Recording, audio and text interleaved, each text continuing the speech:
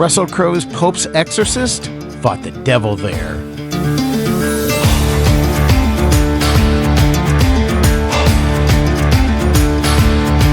Anthony Hopkins chased down the origins of the Transformers there.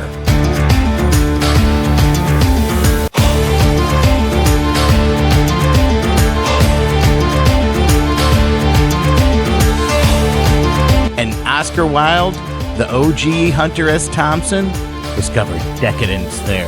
Yesterday's weirdness is tomorrow's reason why. For one thing, I tend to favor drugs that increase the intensity of any experience. Let's get wild as Hollywood Greg illuminates Dublin. Coming in the Norwegian Star to the Dublin port of Dunlarry, we were soon on the Dart 13 train of the Irish Rail towards Howth, getting off 38 minutes later at the Dublin Pier stop for our decadent day in downtown Dublin. A short walk away would give us access to Trinity College of Dublin, the Book of Kells experience. Then in the eastern direction, we would soon be at Merrion Square for Oscar Wilde's childhood home, as well as the park he used to play in when he was young.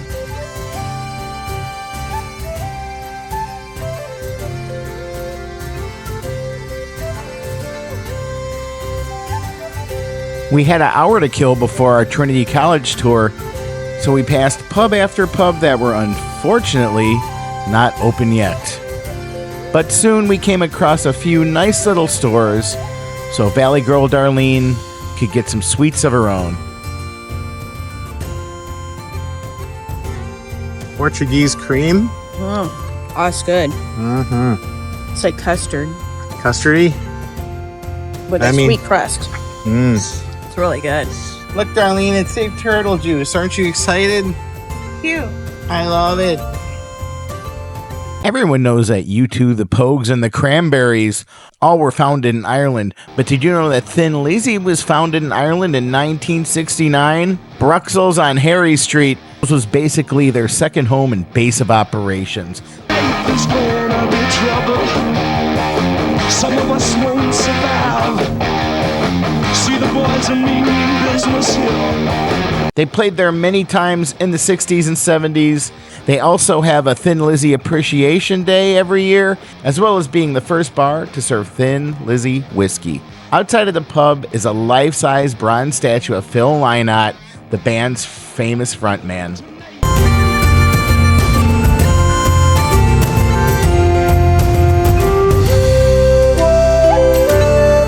Being Dublin, there were houses of worship pretty much on every street corner, usually of the Catholic variety. But then we finally came across one of my houses of worship, Tower Records. There's actually 2 left in Dublin. I was lucky enough to find the flagship store on Dawson Street and bow to all of my musical gods. Finally, we reached Trinity College Dublin, Ireland's largest college. Established by the Dublin Corporation by royal charter in 1592, it is a great place of prestige, symbolism, and superstition. When you enter Parliament Square at the heart of the campus, you'll notice 2 Roman buildings on either side of its famous bell tower. These 2 have a notorious meaning, symbolizing heaven and hell. The church on one side is heaven, versus the building where the exams are held on the other side is definitely looked at by students as hell. I highly recommend you take the 45-minute campus walking tour Darlene and I took. You will meet at Bell Tower or the Campanile. According to superstition, students walking underneath it will fail all of their exams. That is because you'll be disturbing the old graveyard of the Priory of the Hallows, the old monastery on which the Trinity College front square was built. Hopefully you'll get Liam, our incredible tour guide, who described himself as a semi-retired returning student. His encyclopedic knowledge of the campus was uncanny. He told us all kinds of interesting stories about all the buildings around campus. Let's start with Building 25, the Rubrics Building. This red building from 1705 was designed by Thomas Berg, who also designed the Long Building. It's said to be haunted by the ghost of Edward Ford, shot during a dispute with some troublesome drunk students on March 7th, 1734. Ford intervened when he came across them causing trouble with a college porter. They headed towards his room at the Rubrics and proceeded to bombard his window with stones. Ford grabbed a pistol and scared them off, only temporarily, since the students returned with firearms of their own, critically injuring him. Ford died later that evening. His ghost has been seen lurking amongst the grounds of the Rubrics building to this day. But we had to cross the entire campus to get to two of the buildings that fascinated me the most. The Graduates Memorial Building, known as the GMB, housed the Phil, the Philosophical Society of the campus, where Oscar Wilde notoriously spread his wings and came up with many of his outrageous and creative and outlandish ideas. And finally, the Museum Building. Built in 1857, it's made of 14 different types of Irish stones. There's even a case displaying all the different types of stones brought in from everywhere from Cork to Kilkenny to Connemara, just to name a few.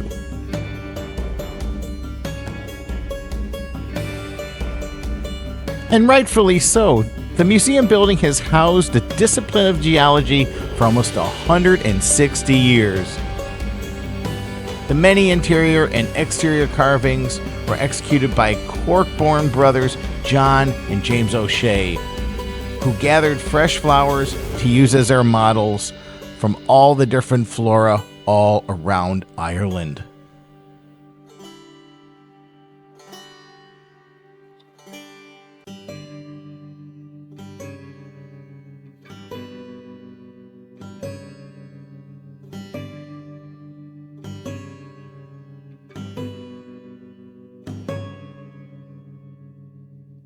The stairway arms are green Connemara marble. The back wall of the vestibule is stone from France. It has become infamous in not only Irish as well as world architecture for its elaborate staircases and its colorfully domed skylights that are lined with colorful stones.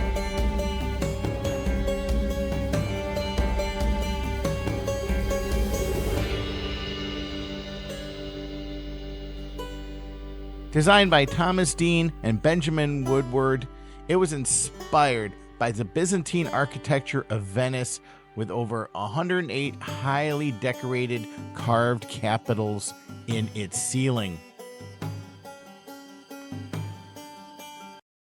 Star Wars fans on campus are in luck because they have their own Death Star. This station is now the ultimate power in the universe. Officially called Sfera con Sfera, which translates to sphere within a sphere, created by Italian artist Arnaldo Pomodoro and installed in 1983, the Pomodoro Sphere is one of the most popular places Trinity students use as a meeting landmark.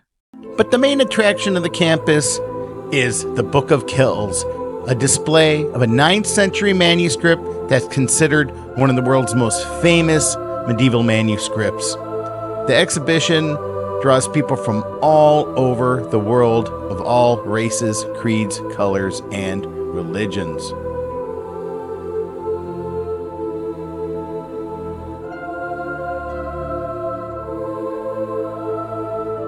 Some of the detail in the Book of Kells is so intricate that it is almost invisible to the naked eye. The illustrations throughout the manuscript are filled with layers of symbolism. The beauty of the lettering, portraits, and Celtic knot motifs of the book have inspired people for centuries.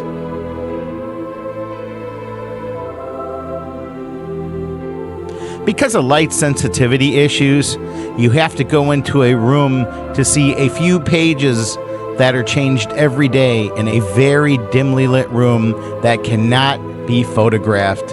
Instead, they have large panels displayed, showing the intricacies in great detail for you to study.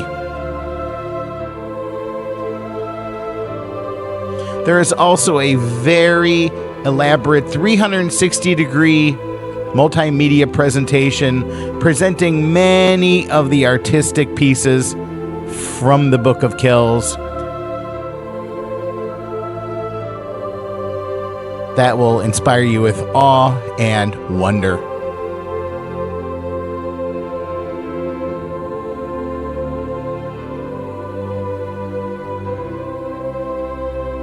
Under the UK's 1801 Copyright Act, the library of Trinity College Dublin was designated as a legal deposit laboratory entitled to a copy of every printed work published in the British Isles. That has led to a cumbersome collection of 800,000 books. Darlene and I were lucky enough during our April 2024 visit to witness the decant. In these videos, you'll see what's left of the 200,000 books of the long room that have been removed. Starting in 2019 and lasting a year and a half with over 300 people participating, they started the Old Library Redevelopment Project.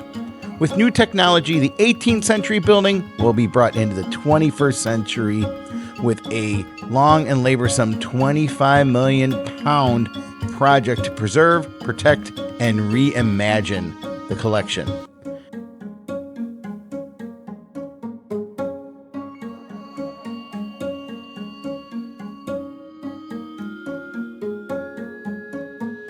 There's a need to modernize environmental controls and fire protection measures. With recent natural and man-made incidents occurring at many heritage sites around the world, the library felt it was finally time to update. Over 400 years of external pollution and dust collection have taken their toll on the materials and fabrics of the library. So an enhanced exhibition space has been developed, and an immersive gallery of the Book of Kells will also be created, giving visitors, scholars, and students from around the world an unparalleled experience of these illuminated masterpieces. There will also be an ambitious digitization protocol that will make access to the books and materials of the entire library easier and much more study-friendly.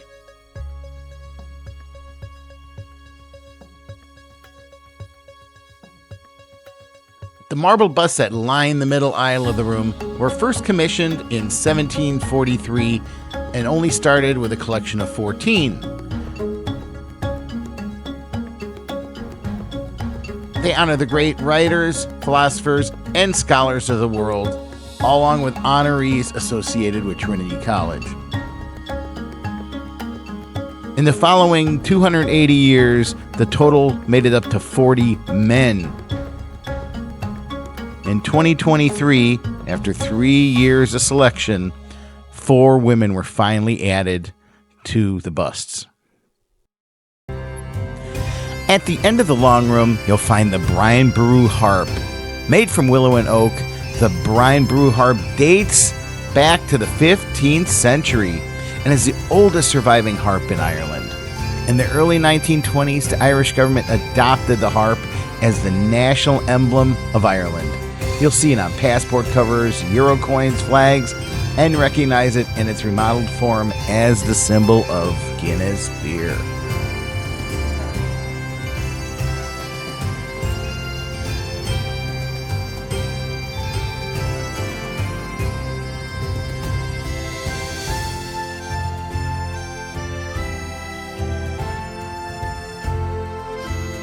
Look at our new hats. D and G. I love it. Too much work and no vacation deserves at least a small libation. So hail, my friends, and raise your glasses. Works the curse of the drinking classes. That glass-raising cheers is, of course, from one of my historic idols, Oscar Wilde. Standing across the street from Oscar Wilde's childhood home is his memorial sculpture in Merrion Square Park. Flanked, of course, by a bust of Dionysus, the Greek god of wine and festivity, English sculptor Danny Osborne was commissioned by, of all people, the Guinness Ireland Group to create a statue commemorating our hero in 1997, commissioned decadently for 145,000 Irish pounds, formed from stones from British Columbia, Canada, and Norway. Definitely a monument erected for a narcissistic eccentric. It was finally time to sit and have a pint with my Irish literary hero at the place where he committed most of his shenanigans, Kennedy's Pub and Grill. Wilde manned the bar there, earned his first paycheck there, and hobnobbed with all of the Irish literati.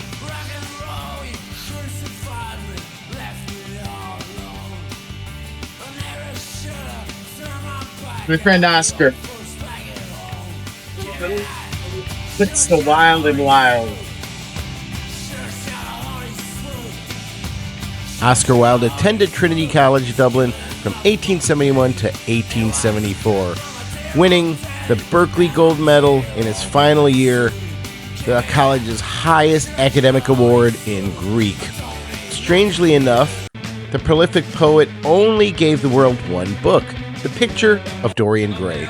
The novel was essentially about the themes of wanting eternal youth and immortality, but the controversial novel also followed the character that became consumed with a secret double life. One side, hedonism, indulgence, and debauchery. The other, maintaining a respectable image in society. That dichotomy of the novel, of course, mirrored his own controversial, wild, and eccentric life. The novel was a failure, but however, has found cult success after his passing with dozens of film versions.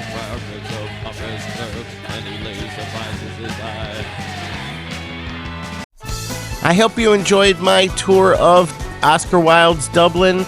To many, he was a scoundrel, but to others like myself, he was definitely a Irish hero. You know you want to watch 2 more episodes of Hollywood Greg.